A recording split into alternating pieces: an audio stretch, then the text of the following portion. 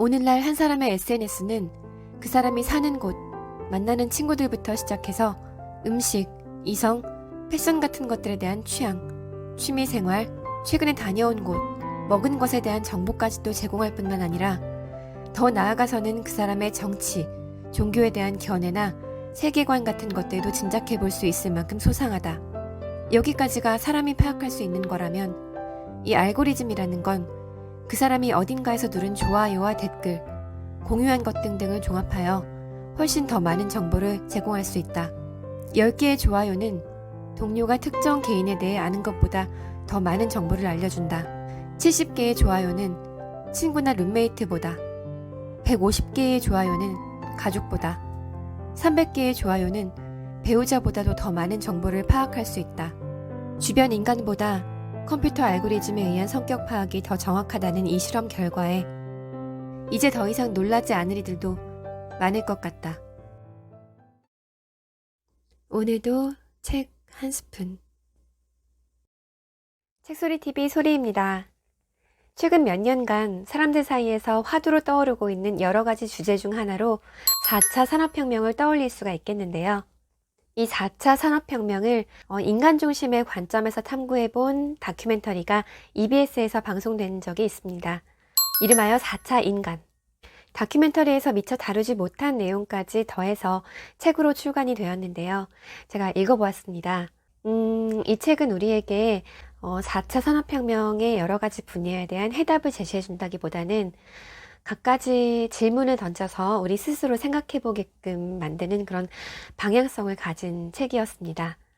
간단하게 4차 산업혁명이 무엇인지를 얘기를 해보자면요. 18세기 영국에서 시작된 증기기관에 의한 공장화를 1차 산업혁명으로, 20세기 초 전기에너지에 의한 대량 생산을 2차 산업혁명으로, 그리고 20세기 말 컴퓨터와 인터넷이 가져온 디지털 혁명을 3차 산업혁명으로 본다면 물리 공간과 사이버 공간이 결합해 사람과 사물이 초연결된 사회를 4차 산업혁명 시대가 가져왔다 라고 말할 수가 있는 것입니다. 다시 말해 4차 산업혁명은 인공지능, 사물인터넷, 빅데이터, 모바일 등 첨단 정보통신 기술이 경제사회 전반에 융합되어 혁신적인 변화를 만들어내는 4세대 산업혁명이라고 볼 수 있습니다. 인류 스스로 이뤄낸 네 번째 산업혁명을 겪으며 우리가 향하게 될 미래, 그리고 그 과정에서 우리가 반드시 고민하고 사색해야 될 문제를 던져주는 책 4차 인간. 그 심오함으로 함께 들어가 보실까요? 오늘도 책 한 스푼.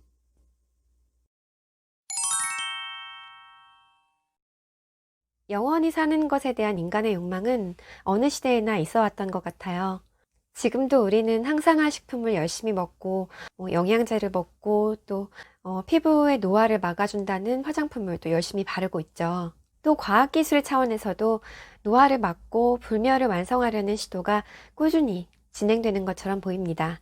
인체 냉동 보존술이라든가 또 유전자 교정으로 노화를 막는다든가 노화한 장기를 교체해가면서 살아가는 방법 등 여러 가지가 연구 중에 있는 것으로 보이는데요. 이 장에서는 그런 육체적 차원에서가 아니라 디지털 불멸에 대해서 이야기하고 있습니다. 우리 몸이 아니라 우리의 신체적 그리고 정신적 활동을 관장하는 우리의 뇌의 불멸에 대해서 말이죠.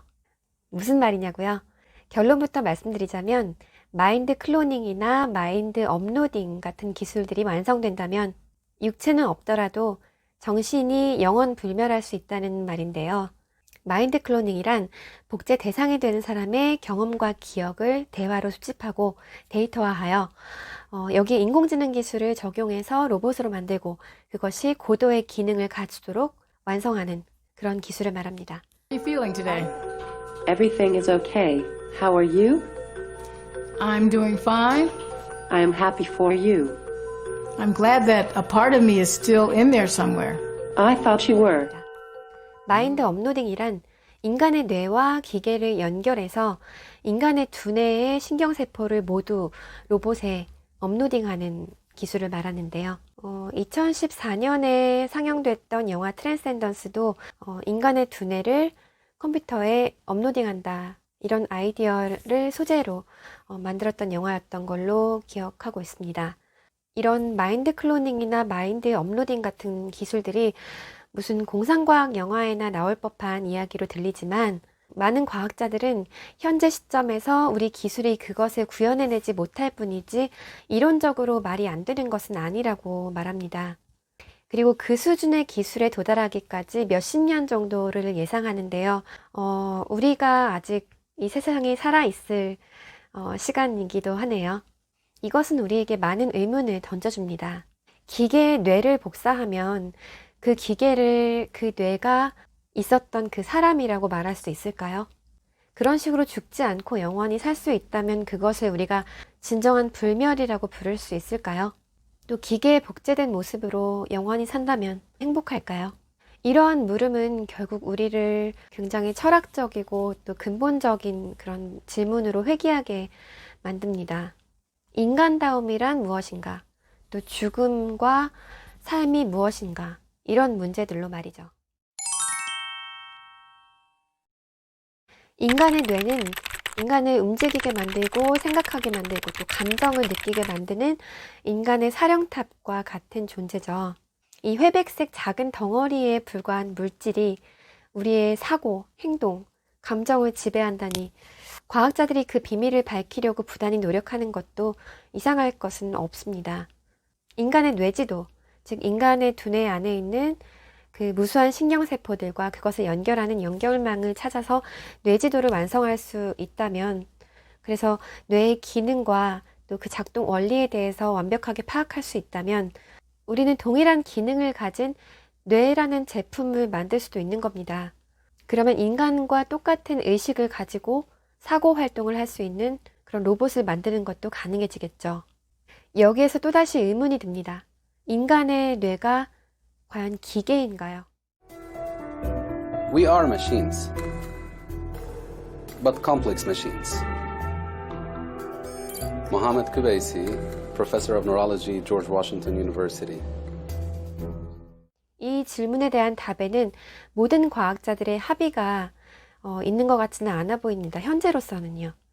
과학과 기술은 인간의 거의 대부분의 신체 기관에 대한 비밀을 밝혀냈지만 아직까지도 신비로운 뇌를 정복하기까지는 좀 더 시간이 걸릴 것 같습니다. 그런데 어떤 연구에서는 사람의 머릿속에 든 그런 생각을 추출해서 미리 공식화하여 설계한 알고리즘을 통해 그 장면을 영상으로 재현하는 연구가 어느 정도 성공을 거둔 사례도 있고요.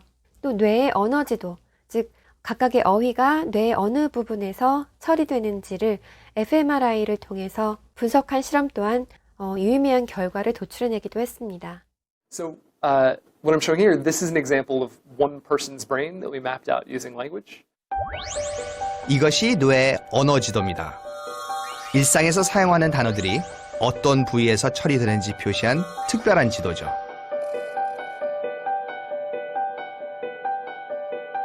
놀랍게도 단어에 반응하는 위치가 사람마다 거의 차이가 없었답니다. 그래서 의미에 따라 뇌의 영역을 카테고리화할 수 있다는군요. The different colors on this person's brain correspond to different kinds of words that those brain areas respond to. I think absolutely we are algorithms in our heads. I think we are very large biological computers. There's some probably simple algorithm that is driving what we see as consciousness. And that we just need to discover that, and then we can build machines that take advantage of that. 이처럼 뇌에 대한 다양한 연구들이 일련의 성공을 거둔 것을 보면 뇌에 대해 한 단계씩 비밀을 풀어나가는 것도 불가능한 일은 아닐 거라는 생각이 듭니다. 나의 행동은 나의 의지에 따른 것일까요? 1980년대에 진행된 하나의 실험으로 뇌과학자들은 인간의 자유의지에 대해 지대한 관심을 갖기 시작했습니다. 어떤 실험이냐면요. 피실험자에게 자유롭게 누르고 싶을 때 버튼을 누르게 하고 피실험자의 근육에 단 측정기와 머리에 붙인 검사기로 뇌파를 측정했어요. 그런데 결과가 굉장히 기이했습니다. 누르겠다는 의지보다 뇌에서 발생한 신호의 시간이 더 빨랐던 거죠. 저 그래프에서 보이다시피 내가 결정한 순간부터 뇌에서 신호가 생긴 것이 아니라 그보다도 대략 300ms 전에 이미 뇌에서는 내가 버튼을 누를 거라는 신호가 잡히기 시작한 거죠. 보이시나요? 제가 화면을 보고 눌러야겠다고 결심한 0.3초 전에 뇌가 이미 결정을 했다는 신호를 볼 수 있습니다. 나는 의식적으로? 몰랐는데 뇌는 알고 있었다는 거죠. 그렇죠.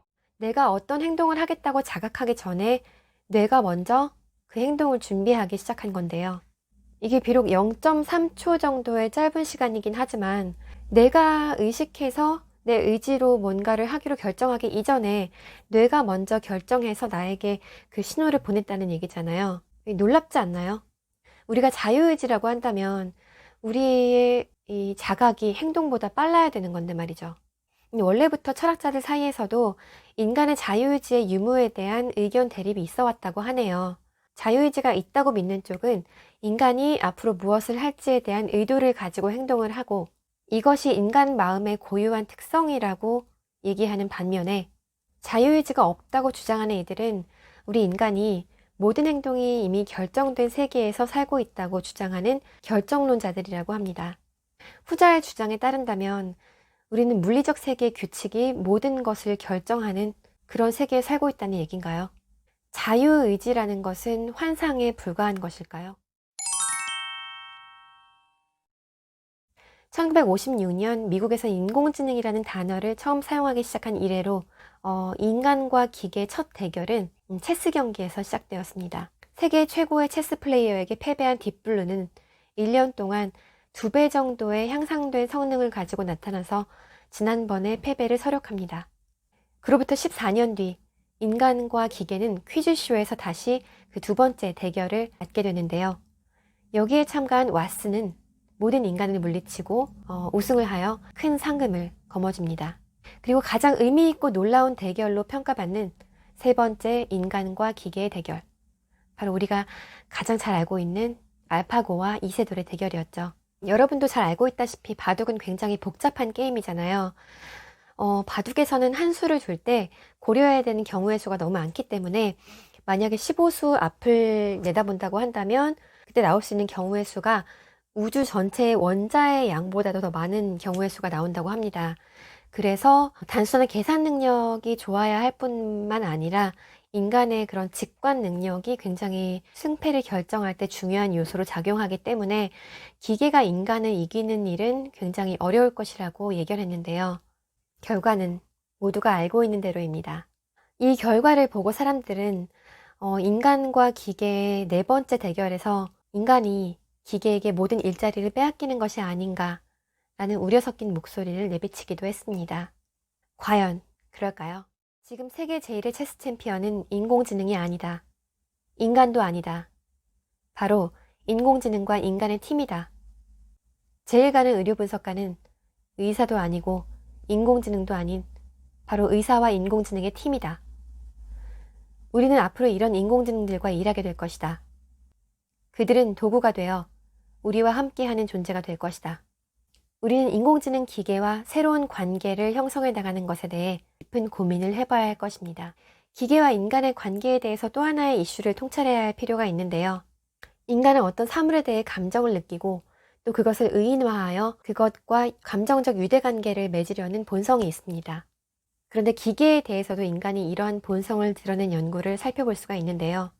로봇 공학자들이 로봇을 만들고 그것의 테스트를 하기 위해서 발로 찬다거나 가지고 있는 물건을 떨어뜨린다거나 이런 실험을 했을 때 그런 영상을 본 일반 대중들이 그러니까 로봇을 왜 이렇게 학대하느냐, 로봇을 왜 때리느냐 이러한 댓글들을 많이 달았는데 단순히 한 사람이 아니라 여러 사람이 이런 댓글을 달았다는 그런 사례를 볼 수가 있었고요. 또 일주일 동안 함께 지낸 인공지능 기계가 폐기될 때 그것의 연민을 느낀다든가 폭발물 제거 로봇이 그것을 폭파시키면서 함께 폭파될 때 그 기계의 어떤 감정적 동요를 일으킨다는 그런 군인들의 사례까지 아직 인간과 비슷하지도 않고 굉장히 어설픈 모습을 하고 있는 이런 기계에 대해서도 사람들이 이런 감정을 느낀다면 앞으로 인간과 유사한 모습을 하고 있고 또 고도의 데이터가 축적되어 인간과 비슷한 수준의 대화를 할 수 있는 로봇이 만들어진다면 우리는 그것에 대해서 어떤 감정을 느낄까?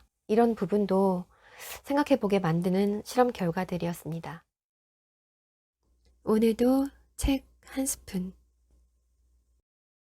책 4차 인간에서 서울대학교 과학철학과 장대익 교수는 앞에서 말한 것과 같은 인간 본성 때문에 인간과 기계의 관계에 대한 깊은 통찰이 필요할 것이라고 설명합니다. 앞으로 우리는 더욱 기계화된 사회에서 살게 될 게 뻔하기 때문이죠. 4차 산업혁명에 대한 고민이 경제적 발전이나 기술 담론에만 빠져서는 안 되는 이유입니다. 그보다 먼저 인간이라는 주체를 놓치면 안 된다고 경고해요. 인간이 만든 기계로 인해서 인간이 소외되거나 또 더 나아가서는 일부 전문가들의 우려와 같이 인간이 지배당하는 일은 없어야 하지 않을까요? 그래서 우리가 던져야 할 질문은 기술의 발전이 아니라 인간과 기계의 공존과 상호작용, 이것에 초점이 맞추어져야 한다는 것입니다. 기술의 미래가 아닌 우리 인간의 미래를 그려야 하는 것이죠. 이것이 이 다큐멘터리와 이 책이 4차 혁명이 아니라 4차 인간에 주목한 이유이기도 합니다. 아울러 우리의 지향점은 인간뿐만 아니라 우리의 터전, 이 지구의 미래까지도 아우를 수 있는 것이어야 하겠습니다. 지구와 인간, 그리고 기계가 서로 지배하는 것이 아닌 평화롭게 공존하는 미래의 모습이야말로 우리가 꿈꾸는 유토피아가 아닐까요? 영상 여기서 마치겠습니다. 오늘도 책 한 스푼 하세요.